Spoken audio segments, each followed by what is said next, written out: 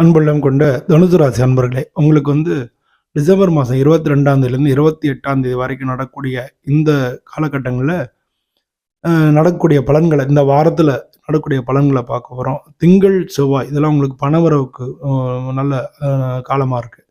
திங்கக்கிழமையும் செவ்வாய்க்கிழமையும் உங்களுக்கு திடீர்னு எதிர்பாராத பணவரவுகள், உங்களுக்கு வர வேண்டிய பணங்கள்லாம் வரலாம். அல்லது உங்களுக்கு நீங்கள் வேலை பார்த்ததுக்கு ஏற்கனவே உள்ள போனஸு, இல்லை இன்சென்டிவ்ஸு, இல்லை அரியர்ஸு, இந்த மாதிரிலாம் வரலாம். பிஸ்னஸ் பண்ணிகிட்டு இருக்கணும்னு லாபகரமான நாட்களாக இருக்குது திங்கள் செவ்வாய் எல்லாம்.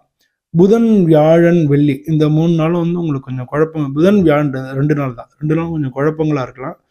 எடுத்த காரியம் எப்படி நடக்கும் அப்படின்ற மாதிரி நீங்கள் குழப்பங்கள் ஏற்படுறதுக்கான வாய்ப்புகள் மிக அதிகமாக இருக்குது. இந்த காலகட்டத்தில் சிறிய தூர பிரயாணங்கள் ஏதாச்சும் ஏற்படலாம்.